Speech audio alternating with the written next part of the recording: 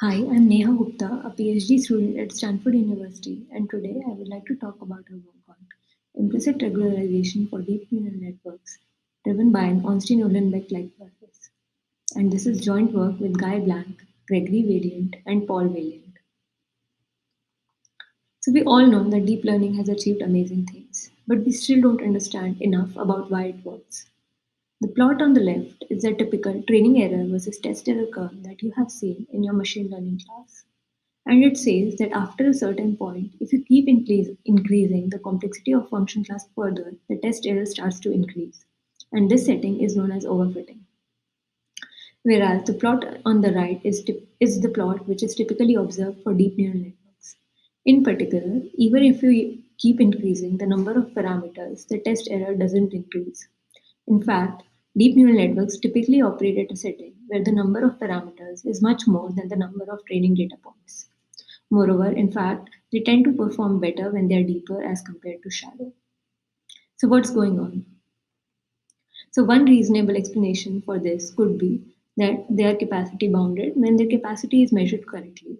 Although their number of parameters are much more, their capacity is still bounded, and they can only learn very simple functions. However, the paper by Zhang et al. Showed that they can fit random data and hence are capable of fitting arbitrarily complex functions. So, what could be some other reasonable explanation? One reasonable explanation could be that due to the implicit bias of the algorithm on real world data sets, deep networks can learn simple functions despite being capable of fitting arbitrary data. To understand this implicit bias of the algorithm, we would like to understand the simple functions that are learned by these neural networks. To understand these functions, we consider this small experiment.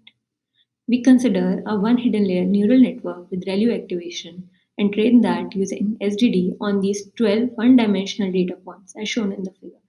And these are the functions that we obtain in different runs. All these functions perfectly fit the data. However, they do not look simple by any complexity measure that you might think of, and they are also very different across each of these runs. However, when we train this model, when we train the same data with SDD with label noise, I'll explain in the next slide what exactly SDD with label noise is.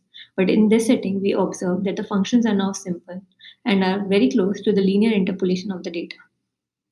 In fact, they're ambiguous only when the data itself leaves ambiguity. For example, to the right of the rightmost point, to the left of the leftmost training data point, and when the data changes its direction ambiguously. So these functions are now very simple and will probably generalize better. So we see that SDD with label noise can emulate the effects of SDD without noise when trained on these very large complex data sets with deep networks. And now SDD with label noise can be very easy to analyze for us. In this slide, I'll explain what SDD with label noise is exactly. So in stochastic gradient descent, we take a random data point and then compute the derivative with respect to that data point and then move in the corresponding direction. In SDD with label noise, we compute the gradient with respect to a random data point, but instead of the label, we consider a label plus some noise, which is mean zero and bounded IID noise. So now I'll state our main results. We show that for L2 laws with small learning rates, SDD with label noise effectively adds a regularization term to the objective. That becomes the main effect when the training loss hits zero. So we show a new objective in this equation. The new objective is the sum of the original L2 laws plus this regularization term. To understand the regularization term, the data points are xi and yi. Theta is the parameter vector, h is the model, and eta is the step size. So our regularization is the squared norm of the gradient of the model with respect to the parameter summed over all data points. And there is an additional factor of eta. So this regularization is a second order effect and is eta times weaker than the objective. And this is minimized only when we have already reached a point with zero training error. Now we'll see the illustration of our theoretical results. So we consider a similar experiment with one hidden layer ReLU networks. The plot on the left shows the shows the plot we observe when using SDD without any label noise. So the red curve denotes the training error. And as we see in this setting, that the training error quickly reaches zero without any label noise. And the blue curve represent the curve length of the model. So and as we see that after the training error has reached zero, the optimization almost halts, and then the curve length of the model saturates around 5. In this case, the linear interpolation of the data corresponds to a curve length of 4.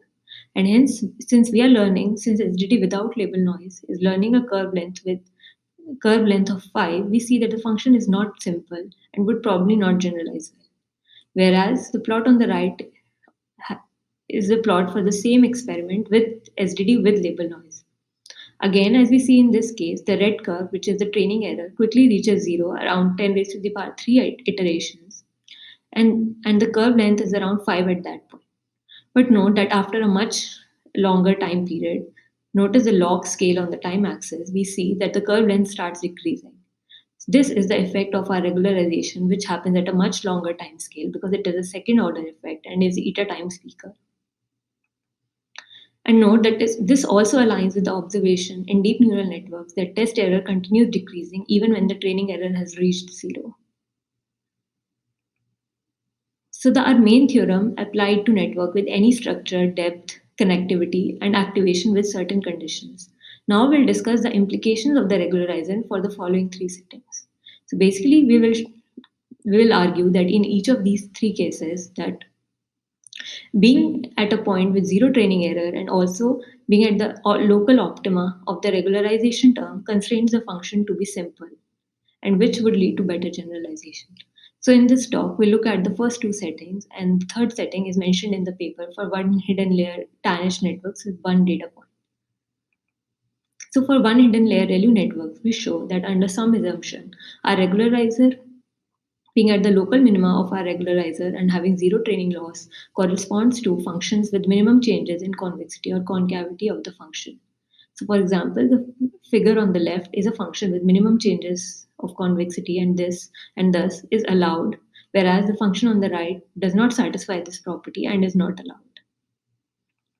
Now we look at the matrix sensing setting. In the matrix sensing setting, there is an unknown low rank matrix, and we are given data which are linear measurements with random Gaussian matrices. And the objective is to recover the matrix with fewer samples than dimensions times dimension. The paper by Lee et al. Showed that gradient descent with the right parameterization recovers the optimal matrix with dimension times rank measurements, given a small initialization. So we observe experimentally that with SDD with label noise works with even large initializations. The plot on the right shows this. SDD without label noise, the training error quickly reaches zero, but then the test error is around 3, and we haven't recovered the optimal matrix. Whereas for the SDD with label noise, even with these large initialization, SDD with label noise is able to recover the optimal matrix with very low test error. And for this setting, in expectation over the random measurements, our regularization term corresponds to the nuclear norm and hence would recover low rank matrices. So now I'll discuss intuition for our main theorem. So the dynamics of SDD with label noise are very similar to an Ornstein-Uhlenbeck process. In this process, the derivative of the parameter theta, the change in the parameter theta at time t is sum of two terms. One is the mean reversion term minus a theta dt, and other is noise term as in Brownian motion, b dw. For our setting, the matrices A and B are dd transpose and D respectively, where the matrix Di, for the matrix Di, the ijth entry corresponds to the derivative of the model H with respect to the jth parameter when computed at the ith data point. So the stationary distribution of an Ornstein-Uhlenbeck process is a Gaussian distribution with certain covariance. In general, it is not easy to characterize the covariance of Ornstein-Uhlenbeck process. But for our setting, due to this special structure in the matrices, DD transpose and D, the covariance matrix is identity. Therefore, the dynamics of SDD with label noise, the parameter would converge to a Gaussian distribution with spherical covariance in the directions of non-zero gradient of the loss. So this is part one of the intuition. Once the parameter has converged to this the distribution of the parameter has converged to this Gaussian distribution, this spherical covariance. SGD effectively tries to minimize the loss over the Gaussian ball around the point with zero training error. And this implicitly leads to the regularization effect that we mentioned earlier. So the overall picture is this. First, SGD with label noise tries to minimize the loss and converges to a Gaussian distribution with spherical covariance in directions of non-zero gradient of the loss around the global minima with zero loss. And then the dynamics tries to minimize the regularization term by moving in the manifold of zero training error. Note that this also aligns with the observation that overparameterization leads to simpler models because SGD can find many more directions to optimize the regularization term. So now I'll briefly discuss some future work. So we showed that when we look at SGD with label noise, it leads to an implicit regularization term, which leads to simpler models in some of the settings that we looked at. It would be very interesting to understand in what sense label noise naturally arises in SGD.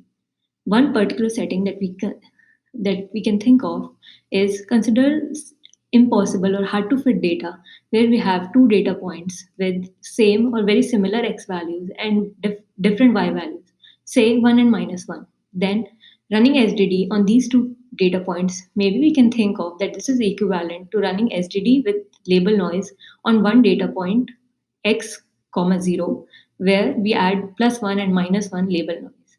It would be interesting to understand this connection between hard to fit data points and label noise rigorously. Second, we characterize the implication of this regularization term for some simple settings, as I mentioned in the talk. It would be very interesting to understand what simple functions does this regularization term correspond to for deeper models and other settings. It would also be interesting to understand simpler simple functions for high dimensional data where it is not even clear what simple function would means. Thank you.